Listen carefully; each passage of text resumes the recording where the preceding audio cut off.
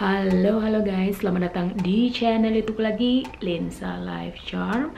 Bagi yang ngikutin aku terus, mungkin ngerasa kalau aku udah berapa lama nggak bikin vlog karena memang keadaan lagi nggak terlalu baik, atau ya aku memang lagi sakit ya.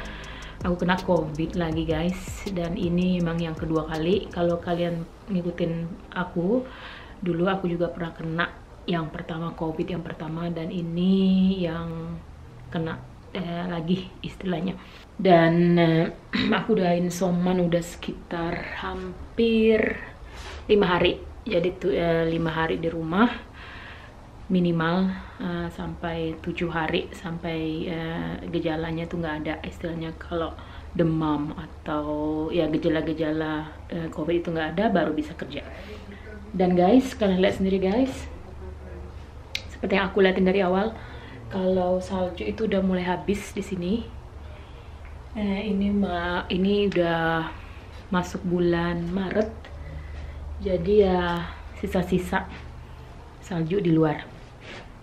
Aku itu gejalanya nggak terlalu parah sih dari yang pertama, karena mungkin juga vaksin ya. Aku sebenarnya udah booster ya, tapi ya banyak yang orang salah kaprah juga. Kalau kita tuh udah dapat vaksin yang ketiga, bukan berarti kita itu kebal terhadap virus ini. Kita juga bisa kena, tapi ya nggak terlalu parah. Dan aku ngerasa banget beda waktu sebelum divaksin awal-awal COVID itu sama sekarang. Jadi kayak flu-flu biasa gitu. Tapi yang pasti harus istilahnya harus isonam atau isolasi mandiri. Jadi tidak mengeluarkan orang banyak gitu.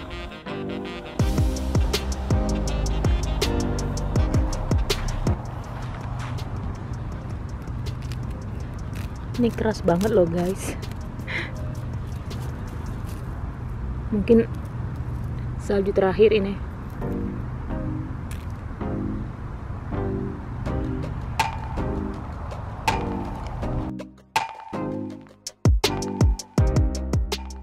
Dan oh ya, ini tanggal 3 Maret 2022.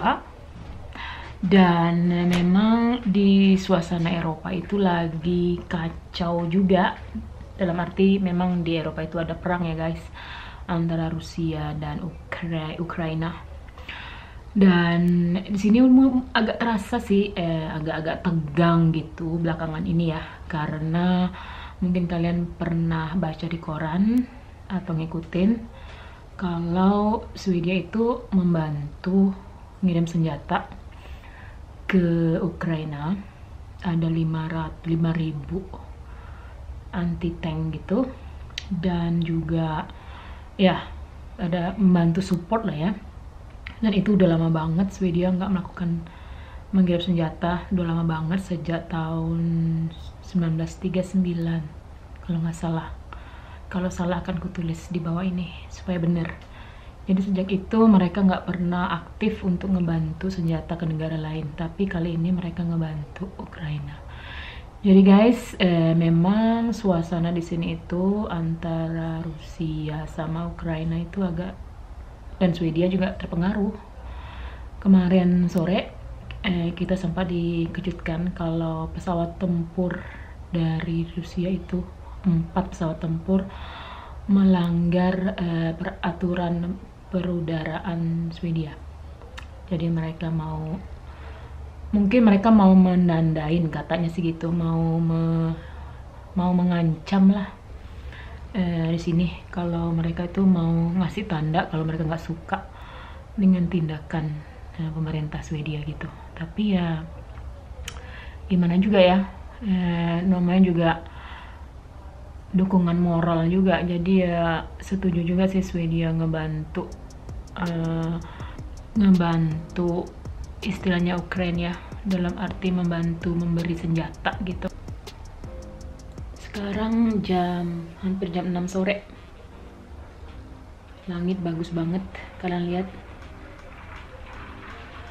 Ya nggak enaknya tuh kalau insoman gini ya harus di rumah, kita nggak bisa kemana-mana.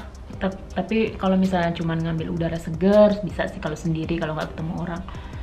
Cuman ya udah hampir 5 hari ini aku nggak kemana-mana, di rumah aja terus sampai hari Minggu ini. Dan Senin semoga kondisi membaik ya, jadi bisa lagi gitu.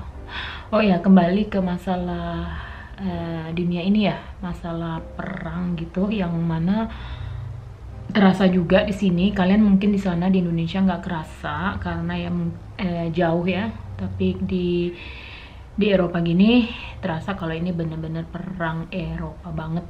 Semoga nggak sampai terjadi seperti awal perang dunia ketiga, itu yang ditakutin.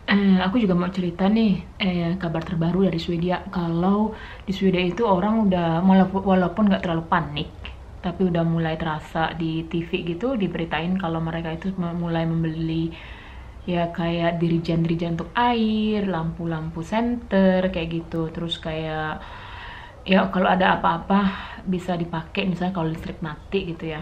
Karena di Swedia itu memang ada ibaratnya ada prosedurnya kalau dalam negara dalam terancam, salah satunya kayak ya kayak gempa bumi atau bencana alam atau bencana perang, itu memang bagusnya di sini itu dipersiapkan warganya ngapain gitu. Walaupun nggak terlalu panik, tapi terasa kalau mereka itu nyiapin udah. Salah satunya aku kemarin sempat mencari-cari shelter atau bunker yang terdekat di daerah sini. Jadi itu ya semoga aja nggak terjadi, cuman mulai cari kalau misalnya harus terjadi itu, jadi tahu bunker atau shelternya itu di mana di daerah sekitar sini. Dan itu bisa dilihat dari Karta atau peta. Jadi kita tuh cuman masukin alamat di mana, terus cari di map gitu, di peta gitu, untuk mencari shelter atau bunker yang terdekat. Jadi ditunjukin alamatnya segala macam. Dan aku udah lihat, besok aku mau ke sana mau ngeliat lokasinya. Kalau menurut alamat bunker ini nggak terlalu jauh sih dari tempatku, itu sekitar ya 200-300 meter. Jadi alhamdulillah nggak terlalu jauh. Kalau terjadi apa-apa, semoga enggak.